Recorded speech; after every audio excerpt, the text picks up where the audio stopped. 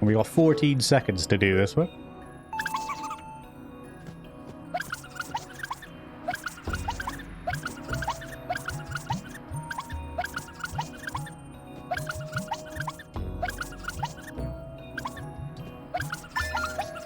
Oh, he had a quick turnaround time on that one. Well, that's another one done and dusted. Get some nice sphere levels doing this. Vachella's Sphere. Alright, back to the Cactuar Stone. This is our favourite desert place again. Let's plop the stone in there. Writing appears. 4 little gatekeepers. Oh, Robea's stuck inside. Be back soon. So your clue there is that Robea, or whatever their name is stuck inside a chest in the desert. So essentially you got to run around and check all the chests in the desert. But he's stuck in one of the chests in the main central area. Tucked that right up in the top left corner, if I'm not mistaken.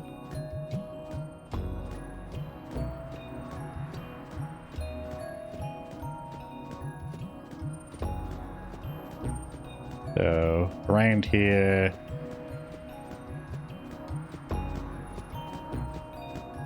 Might as well throw in a save.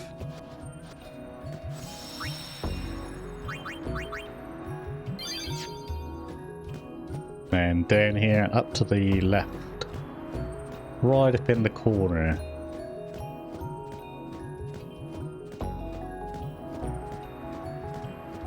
Yeah, that chest there. Yeah, open it and he's stuck inside.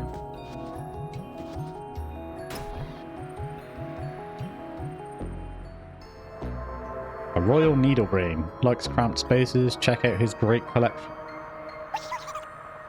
Of what? Oh, chests.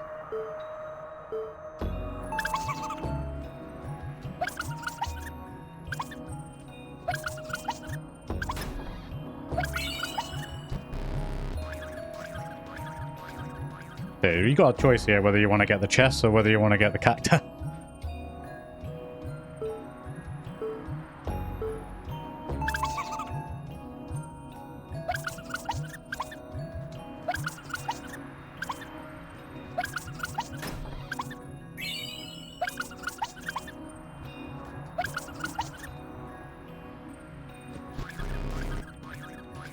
Time up.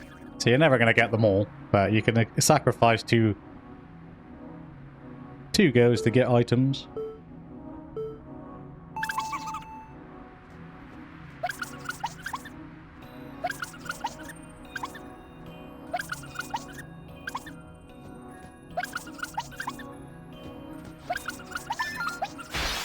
Yeah, I wasn't going to risk it on the third attempt, so I might as well just get it done.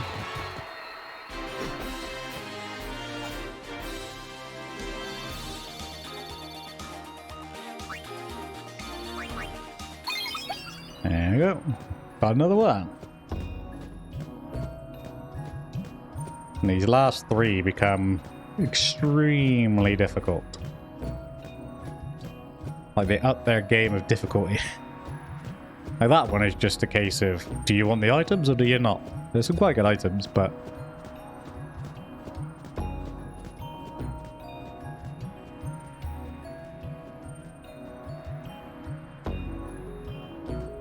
I guess it's up to you whether you want to sacrifice the Cactuar thing for the items.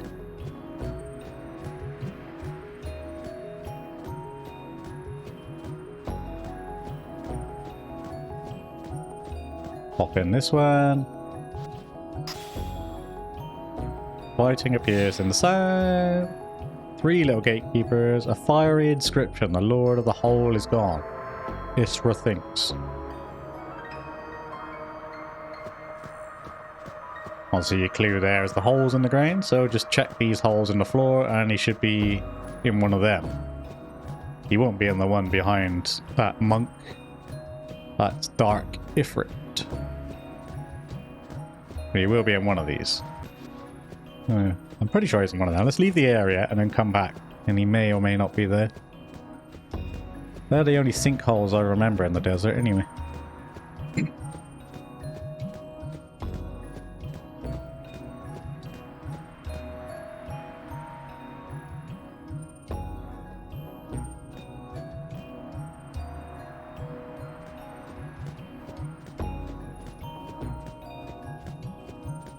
Yeah, there he is. We just had to leave the area and come back. He's going nuts in a hole.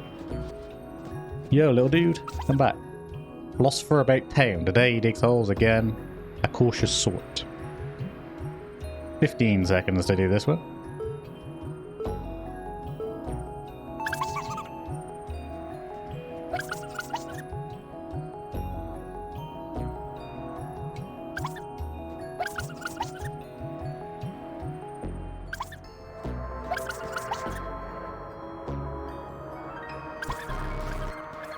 Really? He spent 90% of his time staring at you. How are you supposed to get to him, man?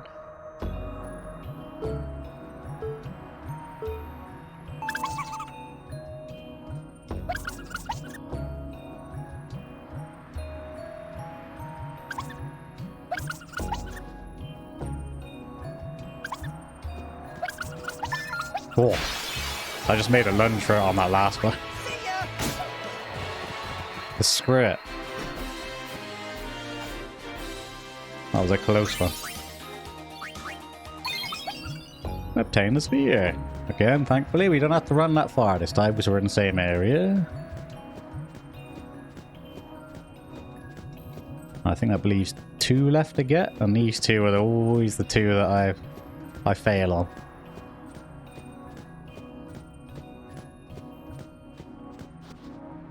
I don't think I've ever got all 10. 2, play in the sand. Much curious, Elio is left on a journey. We'll be back soon. But this is the one that isn't actually in the desert. This one, you gotta make your way all the way to... You gotta walk as well. So you gotta walk to the oasis. And you'll see him use a save sphere to teleport. And what he does is he teleports to the airship. And then you gotta make your way onto the viewing deck sort of thing where you fight Evray on that platform and he'll be there. So let's make our way to the oasis. Back at the oasis, you should see him teleport now. There he is.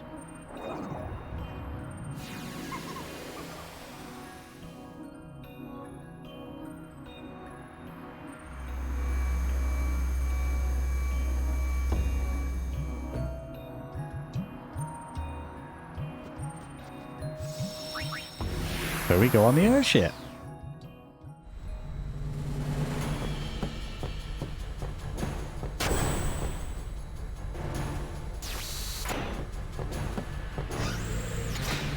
Then you gotta run all the way to the back.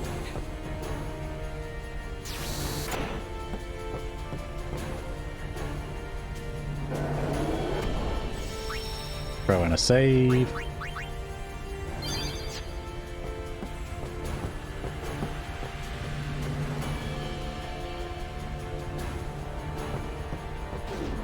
Take the elevator up.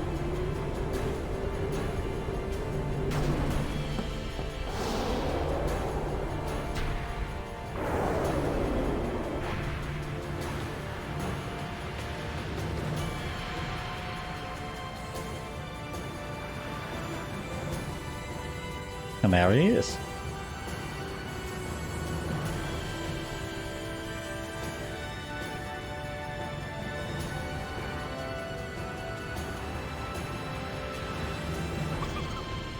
To see what lies beyond the sand, he travels far to distant lands. Hyper-reactive and a bad poet.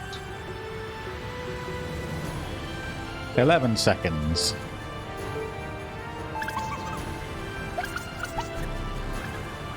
See what I mean? It's like, because of the airship and everything else, it's very difficult to judge it. This is why I've never got all 10.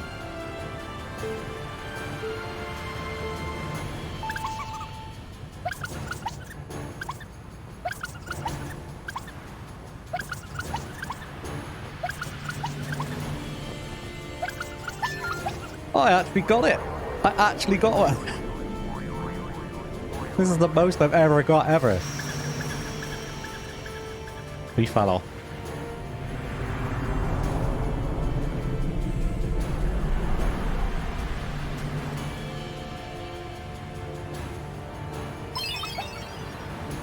Whoopsie. Oh, I'm glad I got that on camera. 9 is the most I've ever got, ever.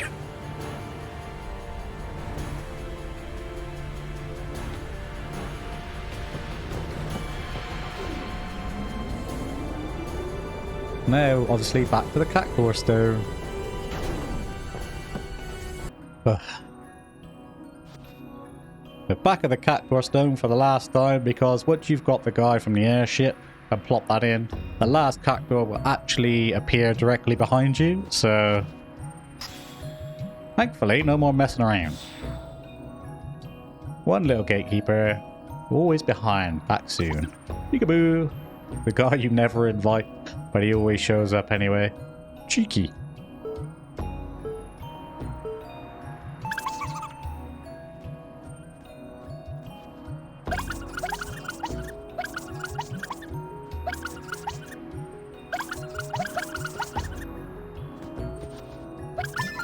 Oh, you did it! Get in! I actually got all 10. Get in there. That first time I've actually got all 10 Cactuar Stones. You can obviously see why that one is very difficult to do, because the needle time doesn't appear with him turning around, so you just kind of have to mess around with it. But I'm so chuffed with myself. That's the first time I've ever managed to get all 10 stones. Tell my god to fetch more, god for good. Vivi's gone walkabout, god for good. Chaba likes big numbers, gone for good. Alex will play tag in the rounds of man, gone for good. Seeks the shining blue, gone for good. Stuck inside, gone for good. Fire inscription, Lord of the whole blah blah, gone for good. Much curious Elo is left on the journey, gone for good. One little gatekeeper, always behind, gone for good. Nobody's here, gone for good. There we go. It's now open. That's Riku's done and dusted. I'm actually so chuffed with myself. Can't believe it. It's the first time I've ever managed to get all 10 Cactuar Stones. Might seem simple to most people, but for me that's actually the big deal. Mercury Sigil, there he is, and then we got a chest here. This one should be our reward for collecting all 10. And we got a friend sphere, is that it? Well, I'll leave it up to you to decide whether or not you think the reward was worth it. Personally, I don't think it was. If you're struggling with it, then I would probably just get the sphere Power Della Soul or whatever it was and just stick that in there instead. But if you want to go for all of them, then by all means do it. That is now Riku's done, so now it's time to move on to the next one, which I'll do, which is Lulu's, which is probably one of the most hated ones ever. But yeah, on to Lulu's.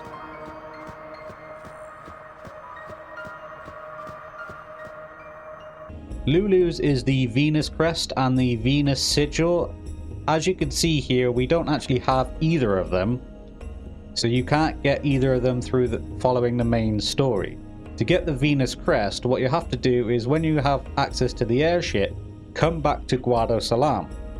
And when you enter Guado Salam again for the first time after you get in the airship, you will be greeted with a cutscene from Trommel, which looks like this. Why are you in Guado Salam? What business have you here? You want to start something? If it would please you to harm a defenseless old man, then burn me, boil me, it matters not. Huh? Lord Seymour is gone. No lord rises to take his place. The Guado merely wait for sin to come and finish us off. Why should I care what you do to me? Oh. If it meant rejoining Lord Jiskel and Lord Seymour, then your taking off my head would be the greatest kindness. What a mopey douche. He brought it on himself. But yeah, what you gotta do now is you gotta run all the way back to the far plane.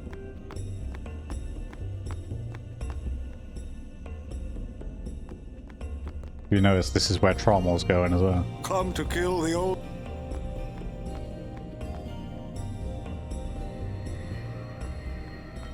You barge past him.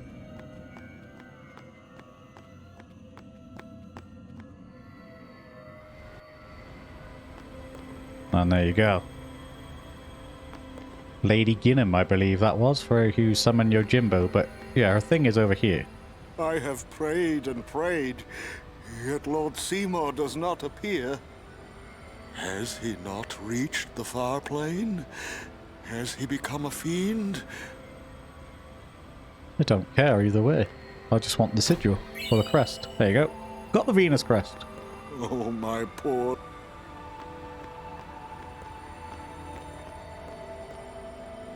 I'm still not the person I wanted to become. Not yet. I'll come back to let you know how things went. I hope I'll bring...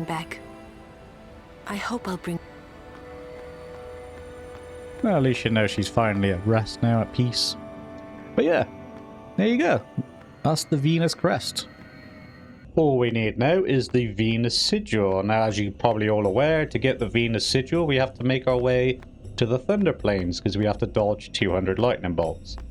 And as I said, this is probably one of the most hated challenges, or at least for me anyway, because it's so annoying. Can't tell you how many times I've come close before and then ended up getting struck at like 195 or something like that, and having to start all over again and just losing my mind. But yeah, let's go to the Thunder Plains. So, here we are in the Thunder Plains for the dreaded lightning bolt. What's this? Tired of being struck with a feeling better to come to the rest. Ah, I got a consolation prize for being struck by lightning. I think. Mainly because I just couldn't be asked to do it at this point because I was waiting for the challenge. But, however, there is a trick to doing this, which I will quickly show you. To make it easier on yourself, obviously you have no encounters on. That's the easiest way to make sure you don't engage in a battle. And what you're going to do is come down into this south area.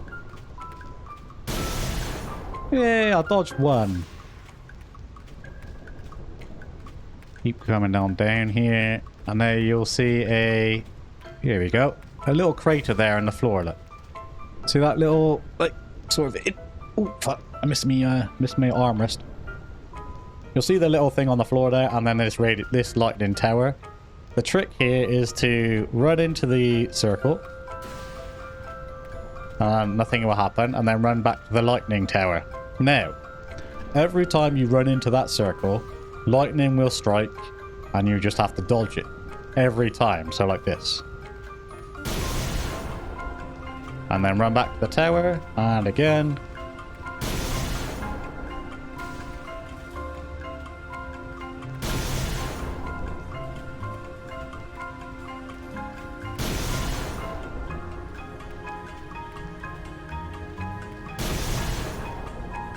There you go. As you can see, you can basically trigger the lightning anytime. You know exactly when it's coming, and you can just bust it out like that. That is the easiest way of doing it. I don't know whether it's a glitch or whether it's a coding issue or they put it in there on purpose or what, but that is the easiest way to do it. So basically I'm going to do this now for 200 times, dodge 200 lightning bolts, and yeah, we done and dusted with it, hopefully.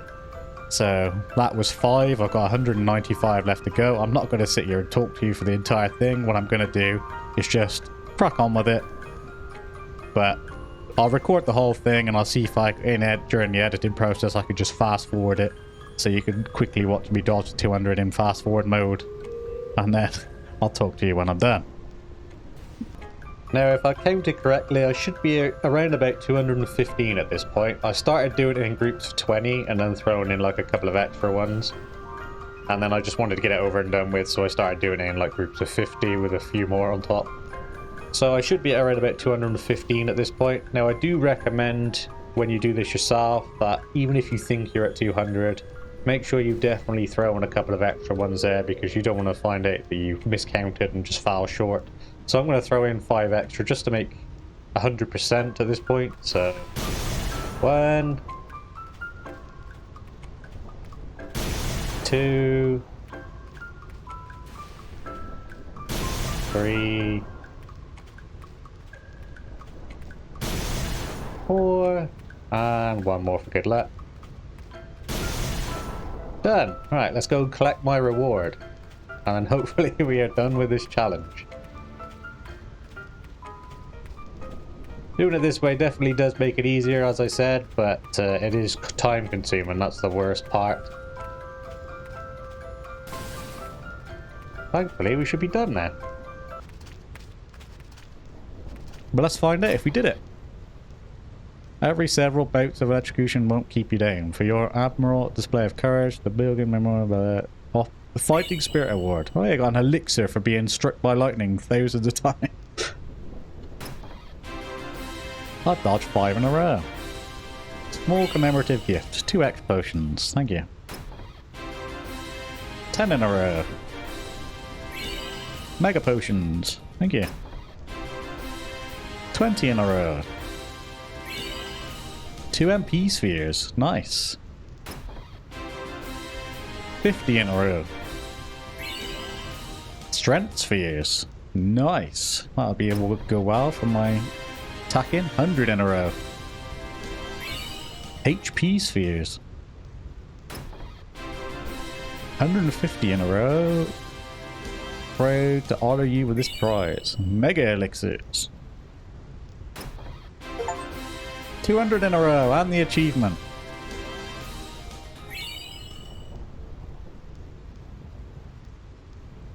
Finally, done. Yeah, I think that's it now. We are done and dusted. That should be pretty much all the mini games done now. So yeah, we got the sun, the moon, the Mars, Saturn. Jupiter is Walkers, so that's blitzball, which we still got to play. Got the Venus, the Mercury. All done and perfected. So, just Walkers left.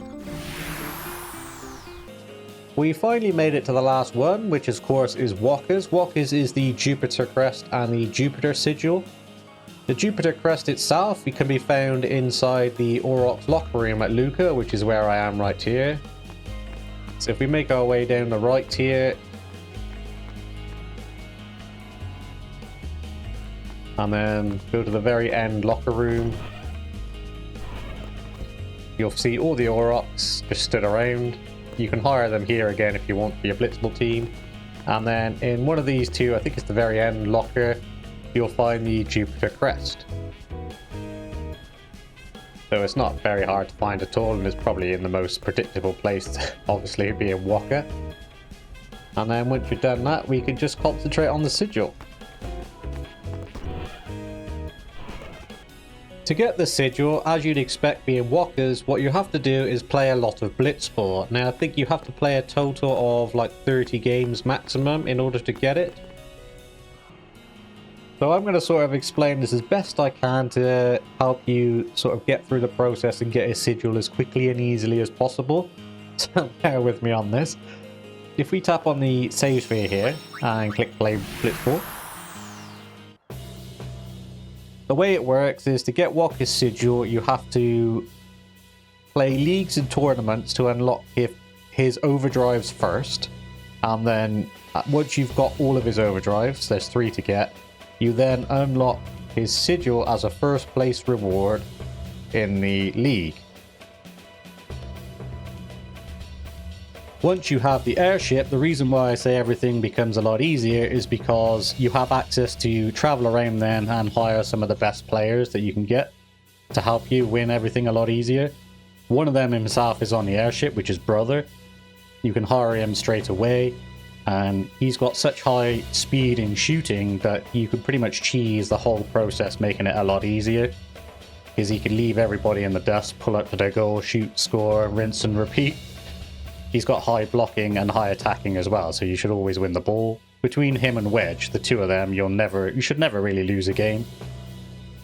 Except maybe against the Albed Sykes, because they're a bit of a ball ache. But other than that, you should always win. Again, another reason I say wait until you get the airship is because you have to, after you've got attack reels, you have to wait until you've done 250 in-game battles before the status reels then appear as a first place league prize. And a league is like 10 games, so that's one of the most time consuming processes. If it doesn't appear, you can either reload the game and see if it then appears. Do not play a game if it doesn't appear, otherwise you'll have to complete that league before it like appears again. So if it doesn't appear straight away, like on this screen here as a first place prize, you can either reset your data until it does appear, and what this does is basically reverts blitzball essentially back to like the very start, as if you've never played before.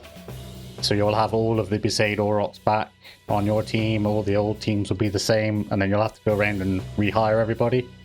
So it's probably best that you wait, you keep resetting your data until it appears as a first place prize, then hire all your team members and start playing. And then once you've got the status reels, you have to do another 450 in-game battles with monsters before the Auroch reels appear as a first place tournament prize. Again, a tournament is 2 to 3 games long, depending on whether or not you get seeded. So it should be easy enough to win. Again, if it doesn't appear, same process, reset your data and until it appears as a prize. Hire all your players again for like 3 games. And then kick everybody's butt essentially and win the Auroch reels. After that, thankfully, it's no battles. You could Jupiter Sigils should start appearing at any moment as a first place prize in another league, so you have to play another 10 games. And you should be, once you've done that, again, if it doesn't appear, just reset your data. And yeah, you should be good to go from that point onwards once you've won the league.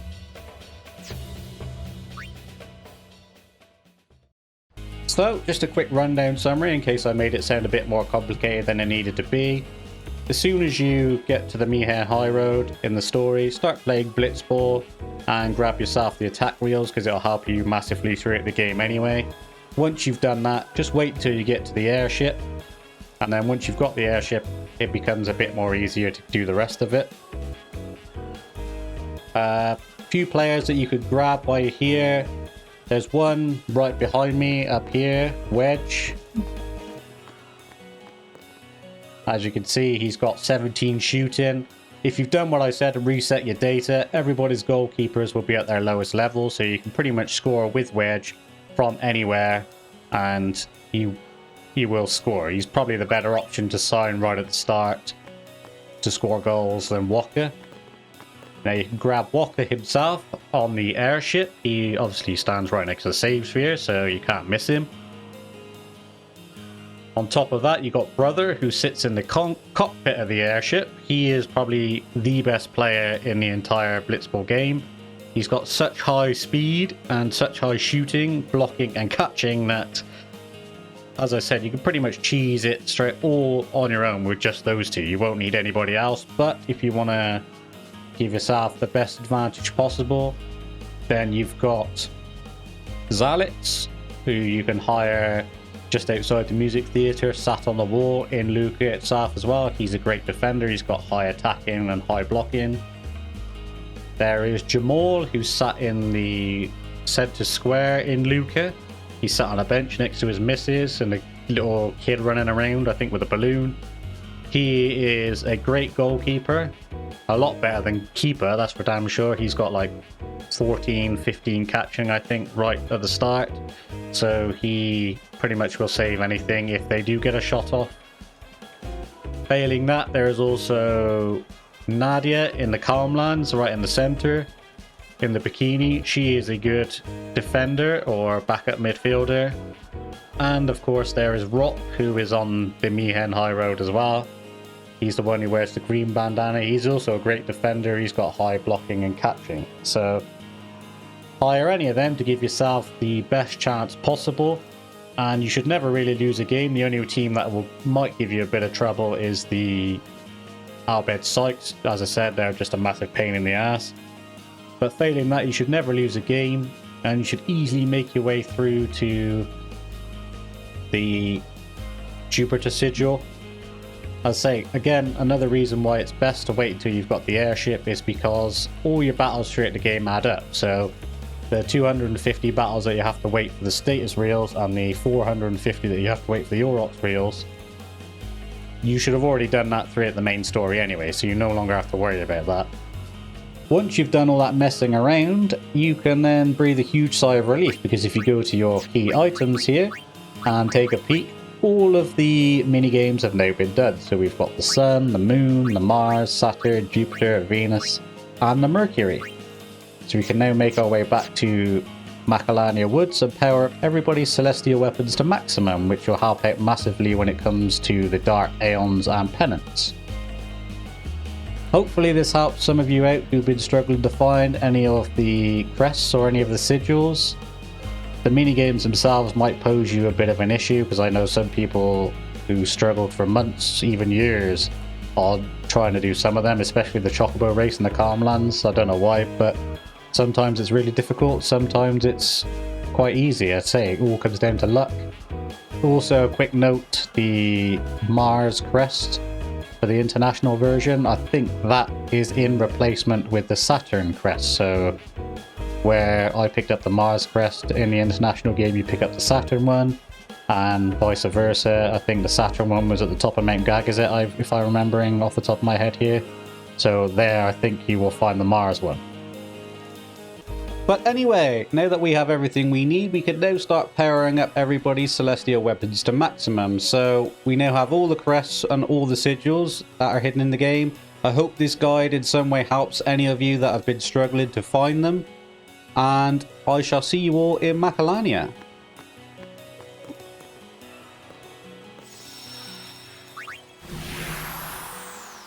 When it comes to powering up everybody's celestial weapons to maximum, and you've gone through all the effort of finding all of the hidden crests and sigils, make your way to Macalania Woods, as I have here, and then go up the magical shiny path.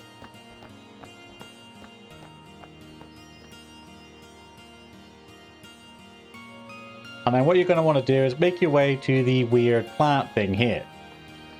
You'll remember this thing from where you powered up this celestial mirror. You basically got to do the same thing. You've got to talk to it. It will ask you then, have you got somebody's celestial weapon? Like this. If I can talk to it. There we go. And then basically what you want to do is offer each person's weapon. And it'll take one, take it off you, and power it up using a crest. And then you're going to have to offer the same weapon again, so it uses a sigil, and then you'll get power to max. Now, I did record myself doing this for each person's weapon, but I seem to have lost that video clip somewhere, so if I manage to find it, I will insert it in here. But for instructional purposes, this is what you want to do. So you offer Tidus's. Mine, as I say, mine's already been powered up to max. It'll take it off you, you'll see the weapon floating in the air, and then it'll like sort of flash, and then it'll give you the option of whether you want to power it up again using the sigil. Say yes, and then you obtain its maximum power. And then you do that for everybody's weapon, and then if we check them, because I have them all equipped, so Tidus's, you'll then be able to examine them to see them in their maximum power. So Tidus's has break damage limit, triple overdrive, evade encounter, and magic counter. Walker has break damage limit, triple overdrive, double AP, and evade encounter. Kimari's got break damage limit, triple overdrive, double AP, evade encounter. So they're exactly the same as Walker's. Yuna's has break damage limit, triple overdrive, double AP, and then 1 MP cost, so order spells are now only cost 1 MP. Oren suddenly goes from being one of the slowest to one of the fastest, because he's got the first strike ability on his weapon, so as long as he's in your party, or the starting battle party, he will always get the first move, regardless of whether it's an ambush or not. Could come in handy and save your life when you're coming up against a Marlborough. But yeah, his weapon has break damage limit, triple overdrive, first strike, and counter attack. One important thing to note as well here is everybody's celestial weapons tends to, well, I'll explain that in a minute actually, but Riku has break damage limit, triple overdrive, double AP, and Gillionaire. Now Gillionaire is an ability that doubles the amount of money you earn in battle as long as she's in the end game. So if she's in the last 3 at the end of a battle, then any money you win in that battle is like doubled. And then Lulu has break damage limit, triple overdrive, magic booster, which you'll remember from my cactus that I used in my playthrough, and 1 MP cost. So all their spells now cost 1 MP, but because of magic booster, they technically cost 2 MP.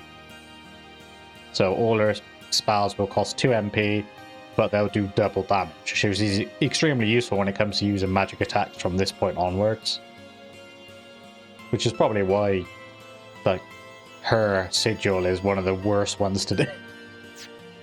And then yeah, back to Titus's. So yeah, as I was going to say before I lost my train of thought, when it comes to celestial weapons, Titus's, Walker's, Kimari's do more damage the higher their HP in battle. Lulu's and Yuna's do more damage the more MP they have. So they don't really get affected that much if they're only using like 1 MP per spell or whatever. Oren's is slightly different. He does more damage the lower his HP, so he could be, you do quite a lot of damage in battle and whatever else, but like for the likes of Titus and Walker, they will probably be in your end game party for the Dark Hounds and stuff, because they do more damage the higher the HP, and depending on the end game armor you choose, which will probably be like Auto Potion for example, they will always keep themselves at maximum HP. But Oren is slightly different. He probably won't be in there because you'll have to keep his HP low in order for him to do sort of maximum damage. But yeah, there you go. That is everybody's celestial weapons now powered up to max. So we can now move on to something else. Alright, that's going to do it for this episode. Thank you so much for watching. I hope you enjoyed it. If you did, then please consider watching some of my other videos, maybe smashing that like button or dropping a sub. You don't have to, of course, it's entirely up to you. Like I said, it just helps me out and helps my channel grow.